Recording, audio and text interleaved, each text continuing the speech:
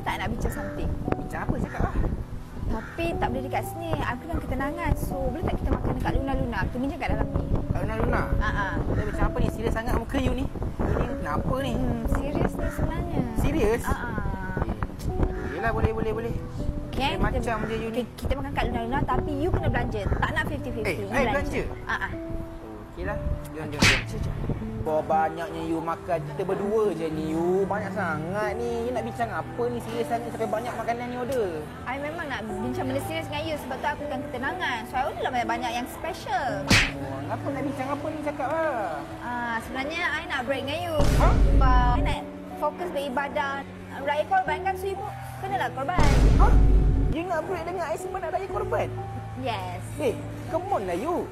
Dah lama kot couple, takkan nak break sebab raya korban ni. Kau yang raya je lah. Kan I dah cakap dengan you, I nak fokus ibadah raya haji. Orang raya peluk je raya korban, tak ada pun nak break-break. Ini kenapa ni ya? You kenalah korban juga. Excuse me, tak ada masa.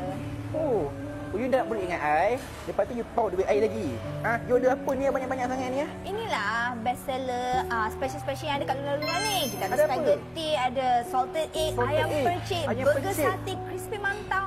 Semua ada kat sini. Yummy. Ambo, you order kemarin nak break. Lepas tu lepas raya haji get back ah. Takut. Lagipun I balik lepas ni dengan imam I. Imam? Imam mana pula ni? Imam muda? Imam yang nak lead siang lembu nanti. Sampai tak macam tu sekali? You ni tak faham lah. Ikut you lah you, I dah penat lah. Hilang makan je lah. Okay. So last date ni?